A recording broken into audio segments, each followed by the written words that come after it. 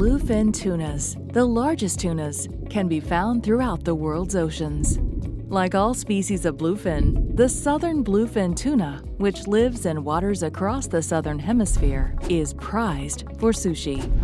Before the turn of the century, exploitation by industrialized fisheries and skyrocketing demand drove the species to the brink of collapse.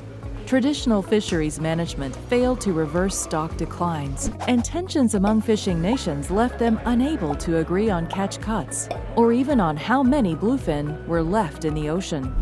Disagreements among the countries fishing for southern bluefin tuna were so profound that the International Tribunal for the Law of the Sea had to intervene in 1999. By 2002, the stock was only a third of the size that existed in the 1980s, despite catch limits in play since 1989. Southern bluefin tuna can take up to 20 years to mature and reproduce, and with only 5% of these adults left from the original unfished population, bluefin was in such dire shape that scientists predicted it would take over a decade to rebuild the stock, even if all fishing stopped.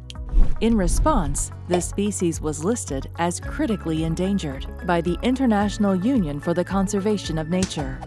A prohibition on all fishing activity seemed inevitable, but instead, southern bluefin tuna would become a spectacular success story. What caused this remarkable turnaround? The Commission for the Conservation of Southern Bluefin Tuna, which manages the stock, started implementing harvest strategies, also called management procedures, to rebuild the population. Management procedures are an advanced framework for making fisheries management decisions, such as setting quotas. They set pre-agreed guidelines on how many fish can be caught based on population size, accounting for uncertainty in population, fishery, and environmental dynamics. And they also allow for balancing of trade-offs, most importantly between catch and stock status. Management procedures have revolutionized management of fisheries by overcoming scientific and political impasses and helping populations grow, while allowing quotas to increase, improving business. After a concerted development effort by managers and scientists in partnership with stakeholders, the initial management procedure for southern bluefin tuna, known as the Bali procedure, was adopted in 2011. It was the first for any tuna. The overarching objective of the management procedure was to rebuild the adult tuna population by 2035 to 20% of the unfished population size.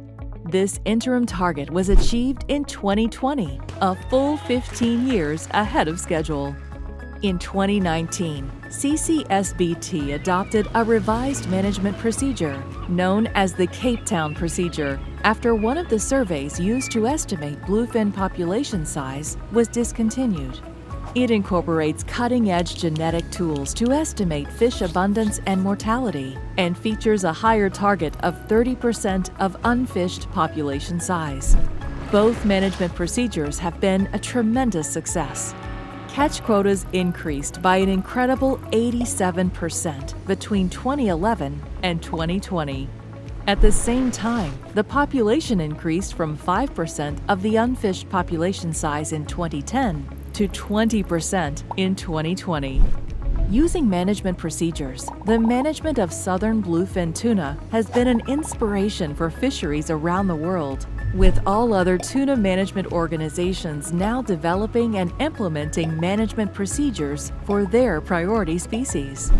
In 2021, in a significant milestone, the IUCN moved southern bluefin tuna from critically endangered to endangered, demonstrating that the use of a management procedure helps rebuild stocks without sacrificing catch increases.